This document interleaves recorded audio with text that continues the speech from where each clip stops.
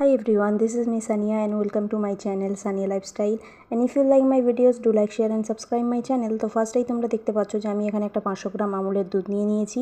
আর আমুলের দুধের জন্য কিন্তু আমি সেই জন্য একটা আমুলের আইসক্রিম নিয়ে নিয়েছি। এখানে আমার রাজবাড়ি ফ্লেভারটা পছন্দ, যেহেতু আমি ওটা পাইনি তাই অপশনাল হিসেবে অন্য একটা ফ্লেভার নিয়েছি।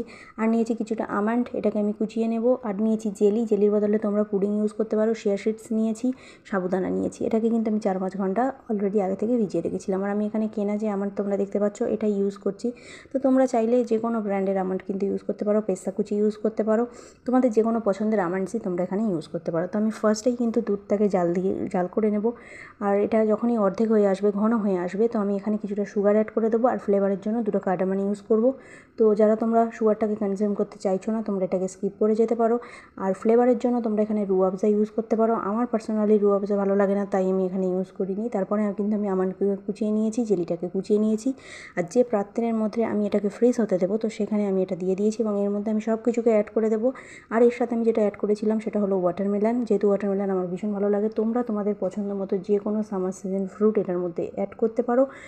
গ্রেপস অ্যাড করতে পারো, যে যেটা খেতে পছন্দ করো। রাইপ ব্যানানা ইউজ করতে পারো, কিন্তু যে কোনো ওয়াটার বেসড হলে আমার মনে হয় জিনিসটা বেশি খেতে ভালো লাগবে। তো সেটাকে অ্যাড করে নিও। আর যে কোনো, তোমরা তো জানো অলরেডি এখন যেহেতু সামার সিজন চলছে, তো তার জন্য ওয়াটার বেসড যে কোনো ফ্রুটস আমাদের হেলথের জন্য ভালো।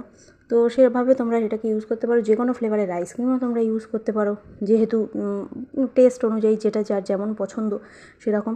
তো আমি এটাকে কিন্তু 1 ঘন্টা ফ্রিজারে দিয়েছিলাম ফ্রিজ হতে। তোমরা চাইলে এটাকে হাফ অ্যান আওয়ারও দিতে পারো, সেটা তোমাদের পছন্দ মতো যতটা রাখবে। যেমন ঠান্ডা খেতে পছন্দ করো তেমন কিন্তু এটার মধ্যে রাখতে পারো। আর দেখো আমি কিন্তু এটাকে বের করার পর একদম ঠান্ডা ঠান্ডা চিল্ডভাবে এটাকে সার্ভ করছি। তো তোমরাও চাইলে কিন্তু এভাবে একবার হলেও বানিয়ে খেয়ে দেখতে পারো। আমি আশা করছি তোমাদের খেতে ভালো লাগবে। তো এরকম যদি ভিডিও আমার চ্যানেলে পেতে চাও, তাহলে অবশ্যই do like, share and subscribe my channel for more updates.